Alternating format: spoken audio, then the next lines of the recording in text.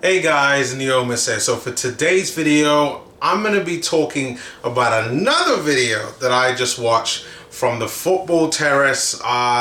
There was an interview with Heavy D, and I just wanted to kind of talk about it. I'm actually a bit concerned that Arsenal fans actually want to sack Unai Emery, or at the very least, Heavy D.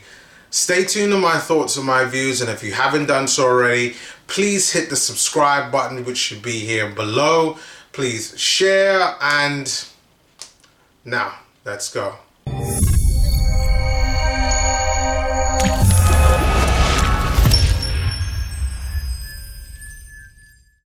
So let me just get a bit of a backstory.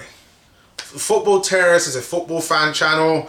They try to be a fan channel that talk about all football teams, or at least the top six. But I find that, the host of the show is a Manchester United fan, so it is quite Manchester United centric, but they do talk about lots of other football teams. Now, they decided to interview Heavy D from AFTV. Obviously, if you've watched AFTV before, which I guess most of you would have seen some of his comments in relation to Arsenal. A really big personality on AFTV.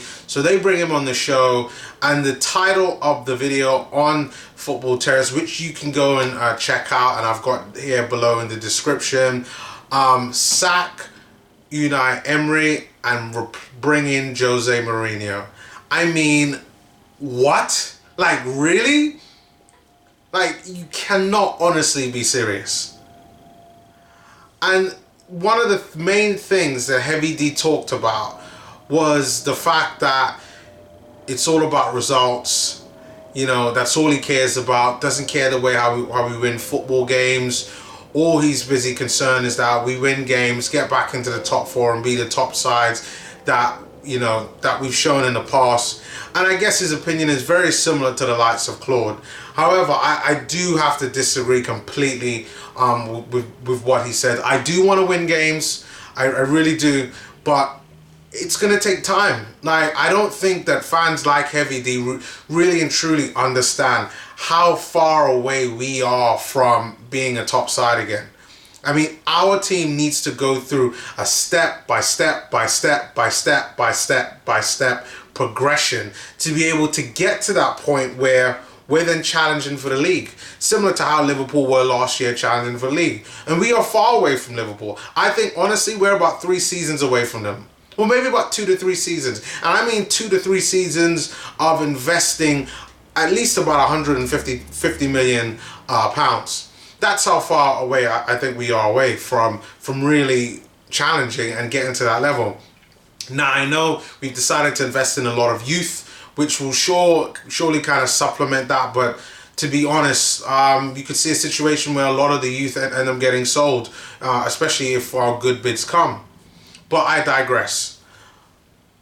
I do have to say, with Heavy D, one of the main things that he talked about was the fact that Unai Emery chopped and changed so much with his teams. I mean, come on. Come on, Heavy D. Like, really? He chopped and changed? Like, you need to rotate the squad. Especially this season. Unai Emery is still trying to figure out what is his best starting 11. I mean, you got Pepe, who we've brought in, who, to be honest, still has not really lived up to expectation. He still hasn't scored a goal. Like, this is the thing, we have to realize. He still has not scored a goal. He hasn't done that, and Unai is still trying to figure out what's the best way how to get out of Aubameyang, the best way to get out of Pepe and Lacazette, and still be in a position where, 60, 70 minutes in the game, you want to be able to say, you know what, I can look at my bench over here and be like, okay, you know what, Lacazette, let's go. Come up off the bench, do what you need to do, and then that's it. And I think it's one of these things where I don't think Unai Emery should be criticised for this. Last season, I mean, he was, like, especially at the beginning, this was a manager who, within 45 minutes, 60 minutes of the game, was making impactful substitutions when he needs to. Now, I know his primary formation is 4-2-3-1, and I know he doesn't have his whole back four yet, with Bellerin and Tierney out injured and Holding out injured as well, and Saliba's out on loan, and there's virtually nothing we could do about that. But come on, give the guy a break. Now, I do have to say this, like when it comes to targets at the end of the season, because one of the key things that he talked about from that video, and probably the biggest thing, the problem that I have with that video, is that he said if we didn't get back into the top four, Unai Emery should be sacked. Like, for me, no. At least as long as there's improvement in terms of not only just the way how we play, but the results. I don't know what's going to happen throughout the season. I don't know why we wouldn't be able to get top four, because I think that the squad now, especially when you look at Chelsea and Manchester United, we should be capable of filling in the top four. But I do think that Unai Emery needs to be judged on some key factors before anything else. These are how many points was scored and that we managed to get compared to this season to last season. How many goals were scored compared to this season and last season? How many chances were created compared to this season and last season? How many assists did we get from this season, last season? How many goals did we concede compared to this season and last season? That way you can look at all areas of the pitch, attack, midfield and defense, and to be able to properly then assess them, to be able to say, hey, this is what we're able to give in terms of progression going forward, and this is what we need to work on in the future to be able to get to our final desired goal. And until that happens, there's no way, like, if Arsenal somehow managed to do all of those things, or let's at the very least got 4 out of 5 of those things, but somehow still managed to finish 5th, I'd still keep him on. I really would. But for me, if you're hitting all of those, or at least 4 out of 5 of those, there has to be a reason why. And once you look at the reasons why, then you could be able to assess that. But from how things went last season, and I know everyone's looking at the fact that we somehow managed to balls it up, and I look at the season as a marathon. Things happen in a marathon all the time, good and bad. And it's just that at the end, that's where a lot of bad stuff happened. Now, a lot of the time, those things would have, if that had happened at the beginning of the season, what would everybody would have said about our season? Would they have treated it a lot more fairly to Unai Emery?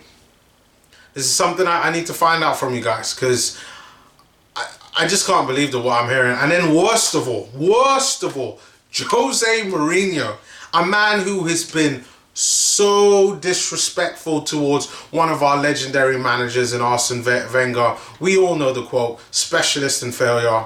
And I know that, you know, even after Arsene Wenger left and went to Old Trafford and they did the whole, you know, ceremony for him, and they really showed big respect up to him. And I know last season that Mourinho and Wenger were doing a lot of work with beIN Sports and punditry, and they really looked like things had been settled and everyone had kind of moved on. But me as an Arsenal fan, I like, the disrespect was too much. I don't know if I want to see the disrespect. No way. Like, no way. Like, I just can't see it. I can't see it happening. He went to Manchester United. They don't like him. And I just feel that with Arsenal, he'll end up setting us back.